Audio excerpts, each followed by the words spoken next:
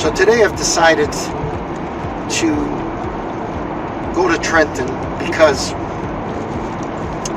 these people contacted me through social media. I'm not running for mayor of Trenton, but they're fellow Ontarians, fellow Canadians, so I'm going in solidarity. And they're being victimized by the newest pandemic. It's called Renoviction. So Renoviction is the new pandemic to renters. So there's a system in place provincially. It's not municipal, it should be municipal. And the municipalities should control their constituents, their citizens, but it's not. It's controlled by the province. So you've been in an apartment building and you've been there for 20 years. You've helped the landlord ascertain more the growth in the equity that he has in the building. As time passes, you've contributed as a tenant, and you're paying your bills. It's your home. You've had the births of your children there. You've raised them. Maybe your grandchildren come there. All the memories. It's your home. It's the most sacred thing invented by mankind. You're alive. You preserve your life, and then you preserve your existence by having a home. So there's a system where if you've been in a place for a long time, they can only raise your rent, I believe, by 5% increments. Great. Protects you. And the landlord should get that 5%. Things cost more money. The inflation, cost of living, right? But they have a way to get around it. Because now there's a huge demand for rental properties because the price of houses have gone through the roof. Greed is not good. Greed is despicable, especially when you're doing it at the expense of people's livelihood. So the way to get around it for these landlords is Renoviction. So they say they're going to renovate, and they get you out, but in most cases, and we'll see what the situation here is, but I'm pretty sure in most cases is they do not renovate. They paint the apartment, maybe clean the carpet, and then they rent it for 2 times, 3 times higher. And meanwhile, the people that have been there for 20 years and helped the landlord with the appreciation and the property value, they're going to be thrown on the street. So these people are living in Trenton. Let's say they're paying an average of $1,000 or $1,100 a month for a 1-bedroom. Their rent will be close to $3,000. So where are they going to go? To North Bay, Kapuskasing, Hearst, Ontario? That's why I'm going to this, because it's the same thing in Toronto. People have been living in a building most of their lives, and it's time to throw them out into the street because greed. You want to get more money for the unit.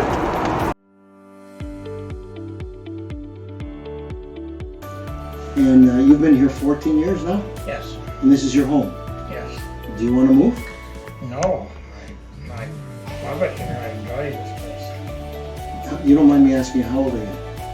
I'm 73 in August. Okay, so you're still a young guy. You're basically 42 metric, so you're young. As long as I was driving truck. I wish I had the power for legislation, but I do not. I'm only here as a fellow human being and a fellow Canadian, because Canadians, we stick together. They're asking you to leave because you're going to renovate the building, and the rent, from what I'm hearing, is going to be double to 2.5 times more. So if you have to go and pay $2,500, $3,000 a month, could you afford it? No, I'll be homeless. Because I can't afford that. So I'm in Shannon Lawrence's apartment, who's heading these protests against the new owners of these buildings, Bedford, and Bedford Properties out of Mississauga, I believe. And now I understand the situation. What they've done is they've come in here and they're saying to the tenants, here's $4,000, get out and hand in your key, and that your lease is gone, it's finished. Or you leave in July, we're going to renovate, and then you can come back.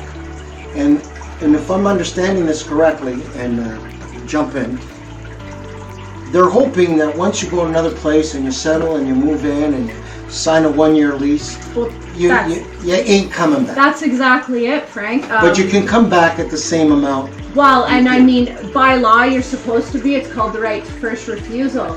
But more often than not, and I've had lawyers confirm this to me, tenants often have to take the landlord back to court to get them to honor that right to first refusal. And then what landlords can do is they can apply to the landlord-tenant board to increase the rent more than the allowable annual average. And the lawyer again confirmed that more often than not, the landlord-tenant board sides with the landlord in that case.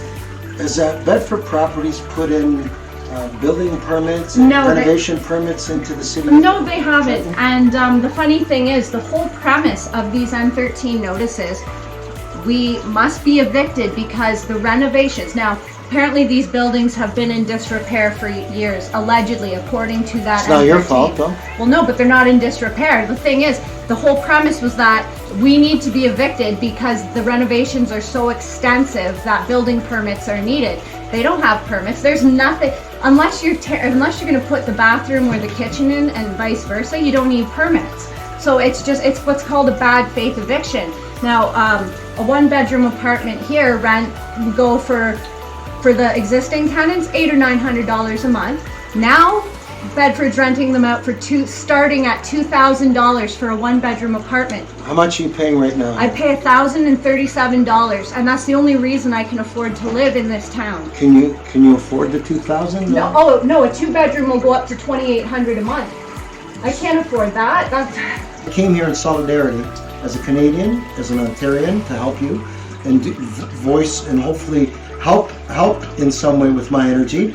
We're going to go to the municipality tonight because I think that the politicians are all spineless, and the only thing that holds them up is the starch in their shirt, because they should be doing the protesting for you. Well, you know, we've had 2 of our city councilmen, Duncan Armstrong and Zach Card. They have been standing. They've come out and protested with us.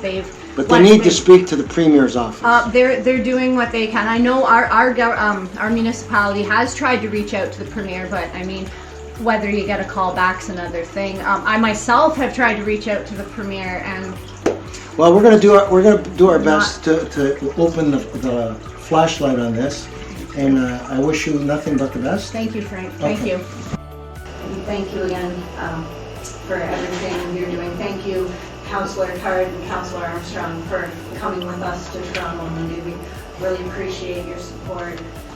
We appreciate the support of all of you, councillors and you, Mr. Mayor, sir. We appreciate everything you're doing. Tonight we have a friend of ours who came from Toronto who would like to speak with us in support and solidarity. So if you don't mind, Mr. Frank D'Angelo. First of all, I want to say it's an honor to be here, and thank you, Your Worship and Council, for allowing me to speak. I'm actually here because Shannon contacted me, and I have an interest in Toronto and what's going on with these rental evictions, where they're sending out these form letters to scare people. And hopefully they hope. We were talking about the fishing derby. This is a fishing derby in the best. And I just want to read you one paragraph or one line here that's very important to all the tenants that are being terrorized and stressed out by these new landlord and profit in the name of greed. And it's disgusting that a business would use profit over humanity. Again, thank you very much. You have a great evening, and God bless.